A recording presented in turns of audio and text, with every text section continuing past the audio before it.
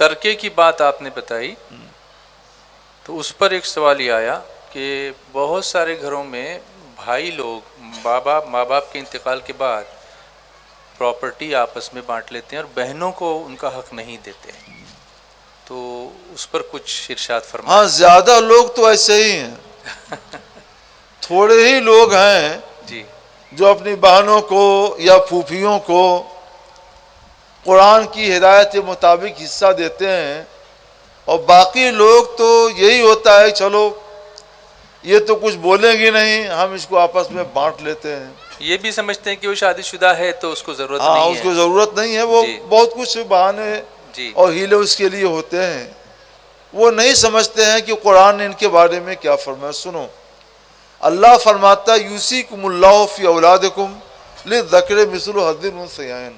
سبحان اللہ۔ اللہ تمہاری اولاد کے بارے میں تمہیں ہدایت کرتا ہے، تاکید کرتا ہے کہ لڑکوں کا حصہ 2 لڑکیوں کے برابر، جی یعنی جتنا لڑکے کو ملے گا اسی کی آدھا لڑکی کو ملے گا، جس کا مطلب یہ ہوا کہ ایک شخص مرا اور اس نے چھوڑا ایک لڑکا اور ایک لڑکی، جی لڑکے کو دونا دینا ہے اور اسی کا آدھا لڑکی کو دینا ہے، یعنی 3 حصہ بننا چاہیے، 3 حصہ بنا دیجئے، 2 حصہ لڑکے کو دے دیجئے اور 1 حصہ لڑکی کو دے دیجئے۔ جی اور فرض کیجئے ایک شخص فوت ہوا، اس نے چھوڑا 6 لڑکے اور 3 لڑکیاں، جی 6 لڑکے اور 3 لڑکیاں، ہر لڑکے کو ڈبل حصہ ملے گا، جی تو 6 دونی 12 حصے ہو گئے، 12 اور ہر لڑکی کو آدھا آدھا حصہ ملے گا، 1 حصہ، جی تو 3 ایک کرنے 3 ہو گئے، جی تو 12 اور 3 15، 15 تو 15 حصوں میں وہ مال بانٹ دیا جائے گا، تقسیم کیا جائے گا، اور 15 حصوں میں تقسیم کرنے کے بعد 2 حصے ہر لڑکے کو اور 1 حصہ ہر لڑکی کو، جبکہ ماں باپ دونوں فوت ہو چکے ہوں تو اسی قانون کے مطابق بٹوارا ہوگا۔ یہ اللہ کا دیا ہوا حصہ ہے، اس میں کوئی کم کرنا چاہے کم نہیں کر سکتا ہے۔ جی اور اگر بہنیں کہتی ہیں، پھوپھیاں کہتی ہیں کہ تم لوگ آپس میں بانٹ لو، ہمیں نہیں چاہیے، جی تو ان کا یہ کہنا صرف زبانی جمع خرچ ہوتا ہے، اس کی کوئی حیثیت نہیں ہوتی ہے، اچھا نہیں، ان کے اس کہنے سے کچھ بھی نہیں ہوگا۔ فقہا لکھتے ہیں کہ اگر کسی وارث نے کہہ دیا کہ میں نے اپنا حق چھوڑ دیا تو بھی اس کا حق ختم نہیں ہوتا، اس کا حق باقی رہتا ہے۔ اچھا، میں یہی پوچھنے والا تھا کہ وہ معاف کر دے یا وہ کہہ دے کہ میں نہیں چاہتی ہوں۔ وہ معاف نہیں کرتی ہے، اچھا وہ یہ کہتی ہے کہ آپ لوگ بانٹ لیجئے، مجھے نہیں چاہیے۔ اچھا ہاں، مگر جی اگر وہ مثلا زمین ہے یا مکان ہے اور کبھی کوئی بھائی اس زمین یا مکان کو بیچنا چاہے ہاں اور لڑکی یا بہن کو پتہ چل جاتا ہے، فوراً آ جاتی ہے، بیچ نہیں سکتے ہیں، اچھا اور جی بیچیں گے تو ہم کو اس میں کا حصہ دیجئے۔ دیجیے، میں نے معاف نہیں کیا تھا، معاف نہیں صرف کیا یوں ہی تھا، کہہ دیا تھا۔ ہاں، صرف اس کہنے مطلب اتنا ہے کہ آپ اس کو اپنے استعمال میں لا سکتے ہیں، جی ہمارا حصہ آپ کے پاس برقرار رہے گا۔ اس کو آپ بیچ نہیں سکتے ہیں، کسی کو ہبہ نہیں دے سکتے ہیں، کسی کو دعویش نہیں کر سکتے ہیں، یہ ہوتا ہے۔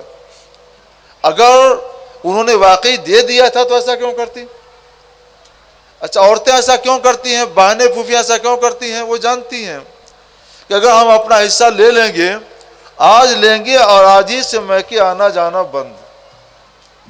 اپنے میکے سے، اپنے گھر سے، اپنے وطن سے سب کو پیار ہوتا ہے، سب کو محبت ہوتی ہے۔ اجنبی مقام پر بھی کوئی 1-2 سال رہ جاتا ہے، پھر چلا جاتا ہے اور واپس آتا ہے تو اس کو وہ جگہ یاد آتی ہے کہ میں یہاں سال بھر 2 سال رہا ہوں، تو اس جگہ سے انس ہو جاتا ہے، محبت ہو جاتی ہے۔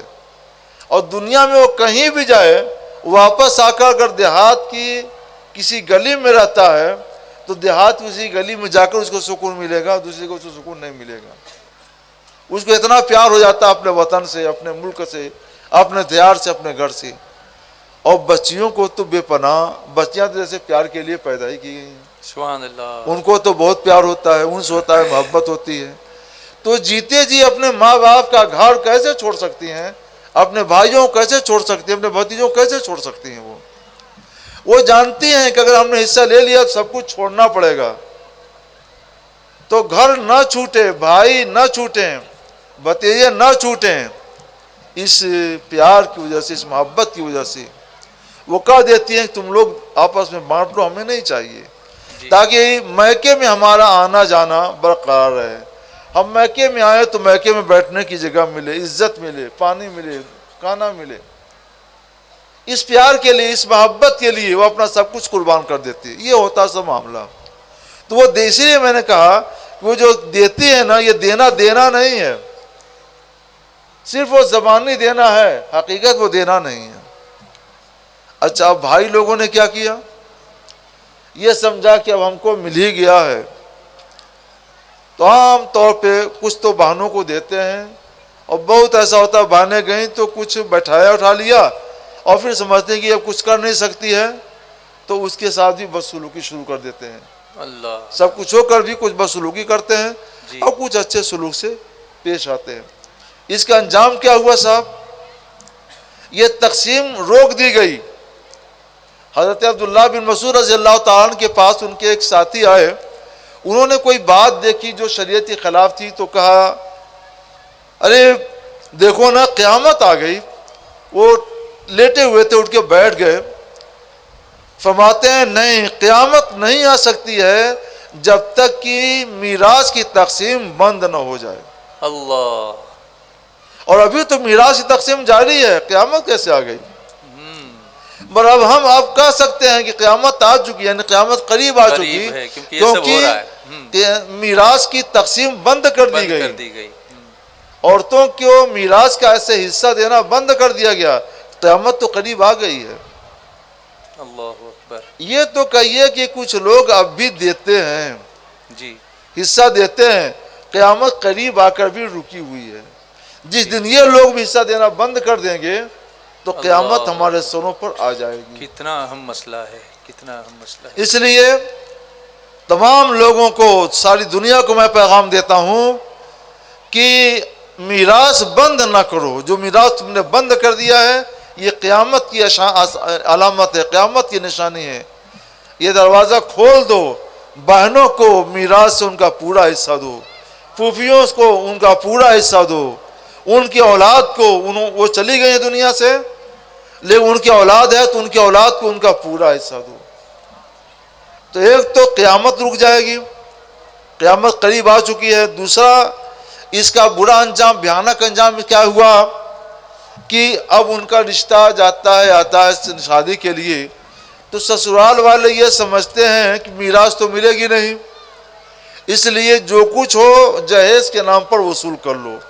تو جہیز کے نام پر وہ رشوت لیتے ہیں اور ڈکیتی کرتے ہیں، ڈاکہ ڈالتے ہیں۔ اللہ اللہ اللہ، آج ہماری ہزاروں بچیاں ہیں جو شادی کی عمر کو برسوں پہلے پہنچ چکی، گھر پہ بیٹھی ہوئی ہیں، ڈپریشن کی شکار ہیں اور کراتی رہتی ہیں، اور جو نہیں کراتی ہیں تو پھر کیا ہے، سماج گندا ہو رہا ہے، سماج میں خرابیاں پیدا ہو رہی ہیں، سماج میں بگاڑ پیدا ہو رہا ہے۔ جس سماج میں برائی بڑھ جاتی ہے تو اس سماج پر اللہ کا عذاب اتر جاتا ہے۔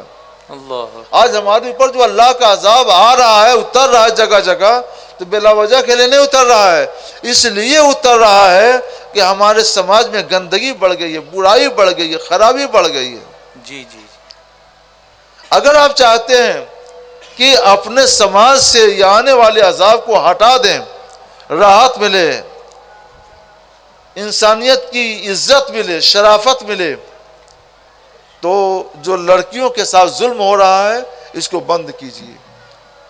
یہ دروازہ، رشوت کے دروازہ بند کر دیجیے، جبری جہیز دروازہ بند کر دیجیے۔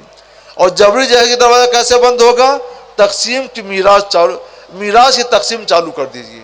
اچھا، میراث کی تقسیم چالو کر دو گے تو جہیز کا دروازہ بند ہوگا، جہیز کا دروازہ بند ہوگا تو نکاح آسان ہو جائے گا اور بدکاری ختم ہو جائے گی۔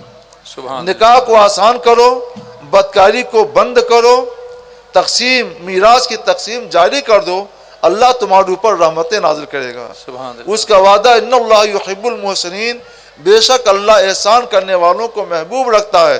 اللہ کے محبوب بنو، میراث ترکے کی میراث کی تقسیم کو جاری کرو، رشوت کا دروازہ اور جبری جہیز دروازہ بند کرو، برائیوں کا دروازہ بند کرو، صرف میراث کی تقسیم جاری کر دو گے، انشاءاللہ ان ساری برائیوں پر روک لگ جائے گی، اور اللہ کا جو عذاب ہم پر اتر رہا ہے یہ عذاب اترنے سے رک جائے گا، اور ہم پر اللہ کی رحمت اترنے لگے گی عذاب کی جگہ پر۔